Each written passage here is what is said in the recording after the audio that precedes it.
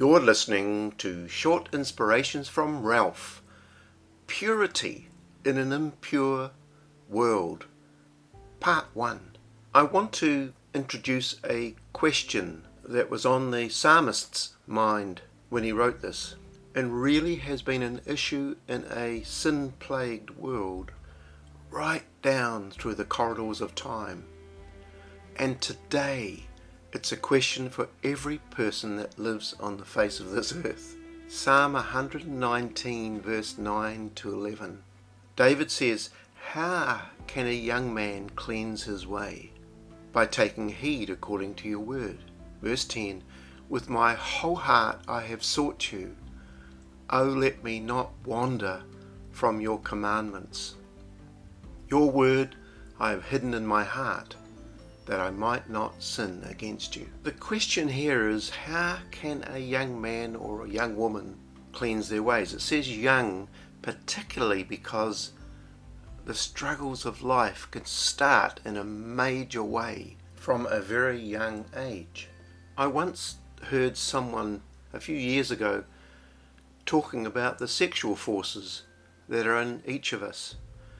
And he said something like this. He said, when we're born, we're made and put together almost like a house being built, where all the wiring has been put in, all the lights, the power, the cables, the switches, etc., etc. And then when we get to puberty, around 11, 12, 13, 14 years of age, suddenly the mains power switch is flipped on and all the power goes right throughout the house.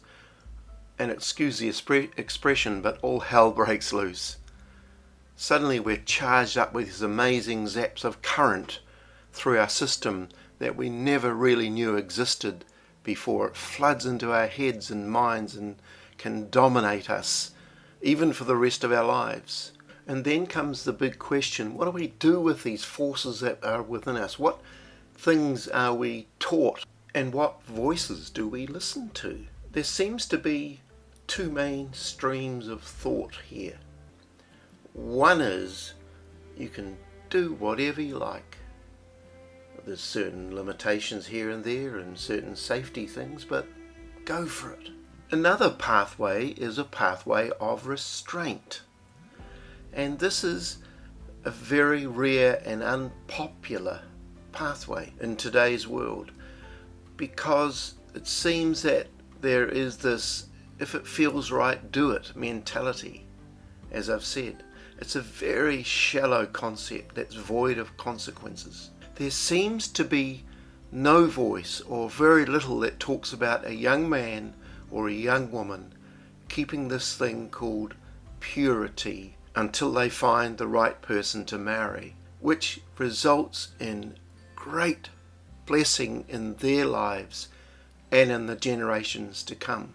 One word that it's called is abstinence. Yes, I know it is a difficult pathway, but it's one of the most God-honoring things that a person can do. And I'll say this, another unpopular statement: virginity is to be championed, not scorned. This alternative view is not taught in our schools and is criticized. Something like, get real, they're going to do it anyway. My question is, are we going to abandon talking about this subject in this way because of that? It's a wee bit like allowing a child to eat as much ice cream as they want to, just endlessly. If it feels good, do it. Of course we don't, because it's not good for them. This is the same thing. Over the years, I have helped and counseled many people on this area. How can I stay on track?